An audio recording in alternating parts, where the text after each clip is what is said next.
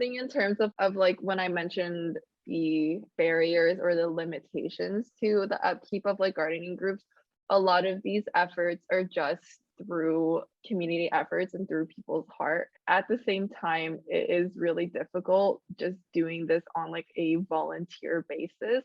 I don't want everything to just be about like just like financial incentives. It's not necessarily a financial incentive though. It's just a way of having people being taken care of in a way while they take care of their community in like, I guess, non-tangible ways or intangible ways. There's often like a lot of burnout that comes with like advocacy work. This was something that I got a lot of feedback on when, and also something that I experienced myself when doing like cycling advocacy, the constant emailing back and forth, like meetings, and feeling like there's like very little effort being pushed forward, I guess, from like the political decision making end. It's like very, very hard when it's like not your job in a way. Another challenge too is just the fact that like people do come and go.